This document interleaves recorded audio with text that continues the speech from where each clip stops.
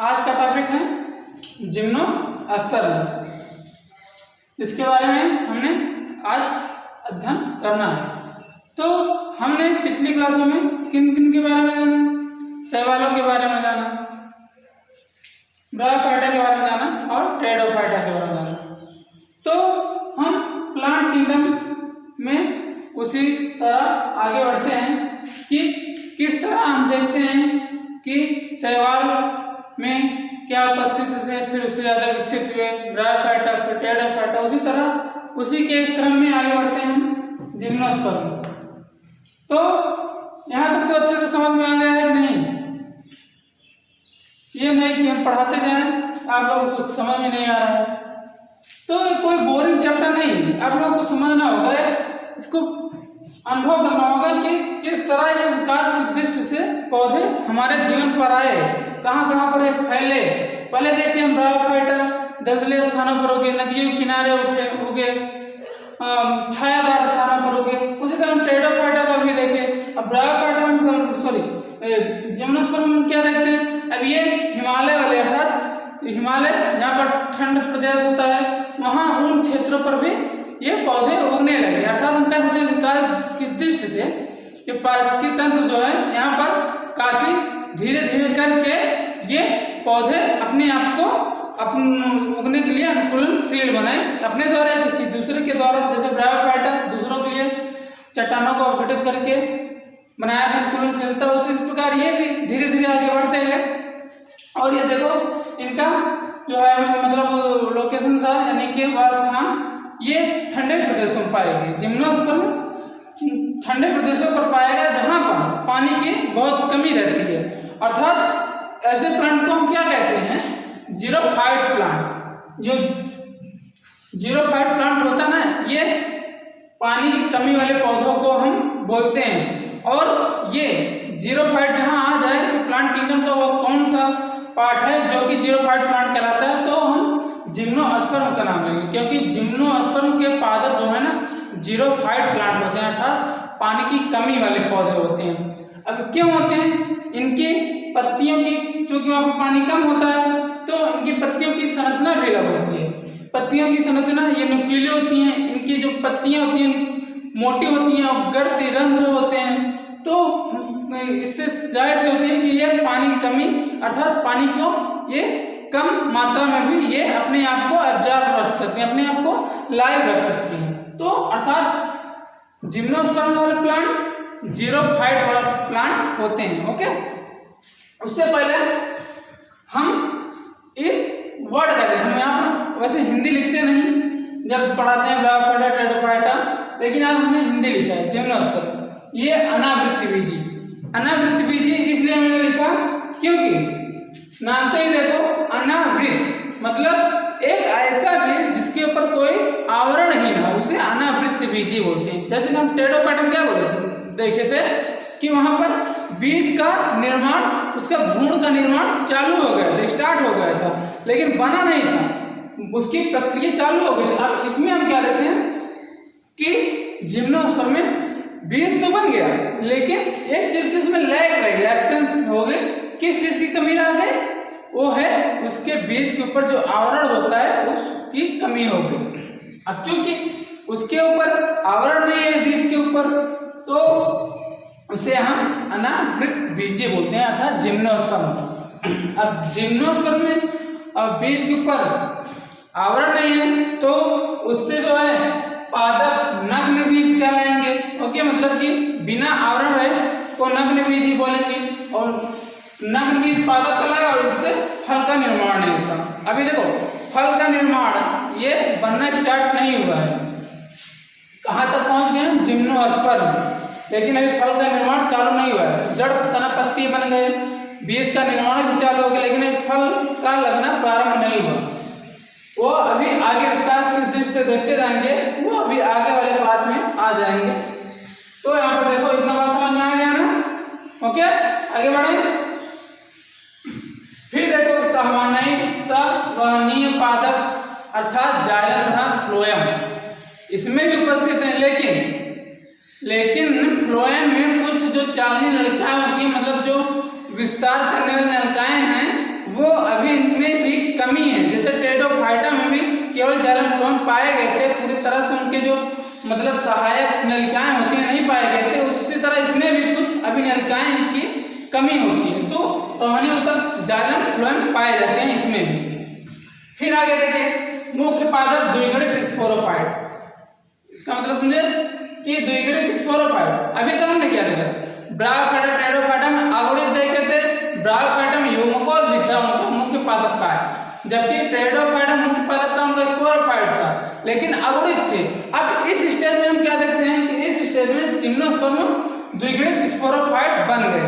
Okay, sporophyte तो आप समझ रहे हैं ना कि मतलब युग्मों के मिलने से संलयन होने से युग्मनज बनता है, जैगोट बनता है, उसके बाद स्पोरोफाइट वाली अवस्था।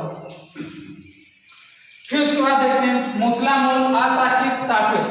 अब देखो हम कुछ चीजें अगले जब टॉपिक चालू होगा एक नए शाखा तो उसमें हम बताएंगे, मतलब कि ये अशाखित है, शाखित है, पिच्छाकार है, संयुक्त है, ये सब पत्तियों की संरचना की बनावट होती है, जिसमें हम कुछ आपको बता देते हैं। अशाखित मतलब अब इसमें शाखा तो नहीं है, जैसे कोई वृक्ष होता है ना तो इसमें शाखा नहीं है, अर्थात ये अशाखित है। ये सब शीर्ष पे पत्तियों के रूप में लगे रहते हैं, पौधे जो है ना ये सब शीर्ष पर लगे रहते हैं, जिसे हम बोलते हैं अशाखित। और कुछ पौधों में शाखित भी होते हैं ये। ओके, जैसे पाइनस और सीड्रस और इसमें साइकस में, इतना समझ में आया। और देखो मूसला मूल क्या होते हैं, ये सब हम आपको एक न्यू टॉपिक है, मतलब इसके बाद एक चैप्टर आएगा, उसके बाद संभवतः उसी को स्टार्ट करेंगे। मूसला मूल क्या होता है, मूसला मूल में कई प्रकार के होते हैं, कई प्रकार के सॉरी मतलब मूल कई प्रकार होते हैं। एक मूसला मूल होगी जिसमें अपस्थानिक मूल लगी रहती है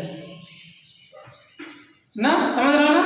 ये मूसला मूल इसमें पाई जाने लगी, इसमें जिम्नोस्पर्म में मूसला मूल अशाखित जो शाखा होती है वो अशाखित भी पाएगी और शाखित भी पाएगी। इनके एग्जाम्पल भी दिए गए, आप याद रख लेना, याद कर लेना।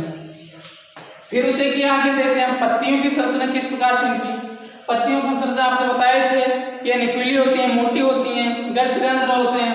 तो उसी प्रकार ये सब जीरोफाइट प्लांट में बताया थे। तो पत्तियों की संरचना उसके आम में देखिए, पत्तियों की संरचना सरल संयुक्त, मतलब जो पत्ती होती है ना,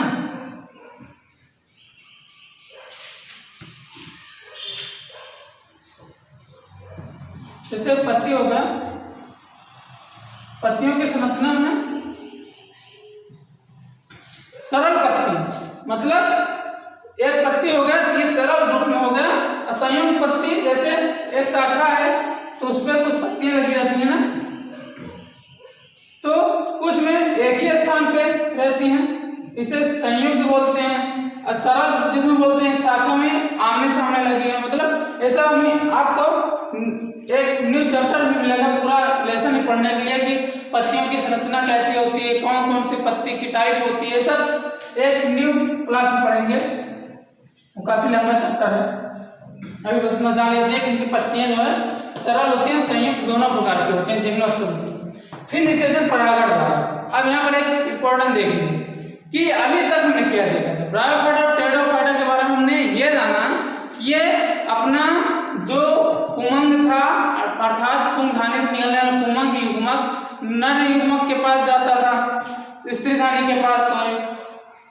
तो अब इसमें देखें परागण, वायु परागण द्वारा इसका निषेचन होने लगा, अर्थात पुमंग जो है ना वो बीजाणु जो है उड़ के हवा के थ्रू, जिम्नोस्पर्म का मुख्यतः वायु परागण होता है, वो हवा के थ्रू वे दूसरे अर्थात स्त्रीधानी के मुख तक पहुंचते हैं, जहां पर उनका संलयन होता है।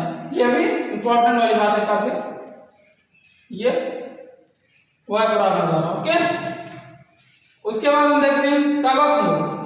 कवक मूल इसमें हम लोग देखते हैं कि कवक मूल वे होते हैं जो इनकी जिम्नोस्पर्म में कुछ स्पीशीज जो है ना कवक के साथ संबंध बनाए, मतलब उनके साथ जीवन, जो मूसला मूल थे उनको कवक मूल बोलते हैं, जो कवक के साथ संलयन हुई, अर्थात उसे कवक मूल। और प्रवाल मूल, जैसे प्रवाल मूल उसे बोलते हैं जो नाइट्रोजन स्थित करने वाली बैक्टीरिया था, साइनो बैक्टीरिया।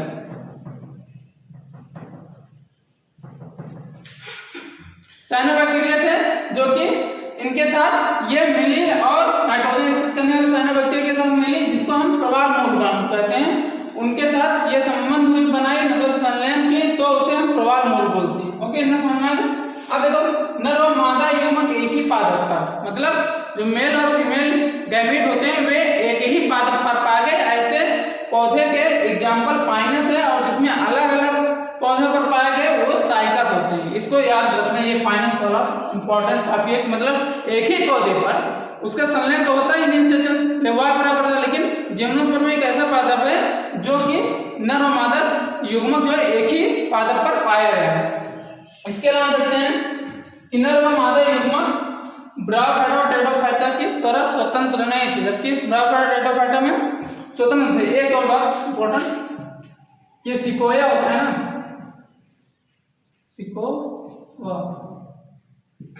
सिकोया एक ऐसा वृक्ष है जो कि जिम्नोस्पर्म का सबसे लंबा पादप होता है, इसको ध्यान रखना। ओके, यहाँ तक अच्छे समझ में आ गया ना। इसके आगे एंजियोस्पर्म पढ़ेंगे, आप अच्छे से पढ़ेंगे तो आएगा। अगर हवा में उड़ाएंगे, कान सुनेंगे, कान से उड़ाएंगे तो कोई मतलब नहीं रहेगा। तो इसको ध्यान से पढ़िए, पॉइंट लिख दे रहे हैं जिसको बारे में आपको अध्ययन करना होगा, मतलब इतना भी लिख देंगे आपके लिए, बहुत ही मेन पॉइंट लिखा गया है, तो इतना जान लीजिए। इसके अलावा भी अगर आप पढ़ सकते हैं तो पढ़ें, अच्छी बात है आपके लिए। इतना अच्छे से पढ़ो, फिर एंजियोस्पर्म में नेक्स्ट लेक्चर देखते हैं।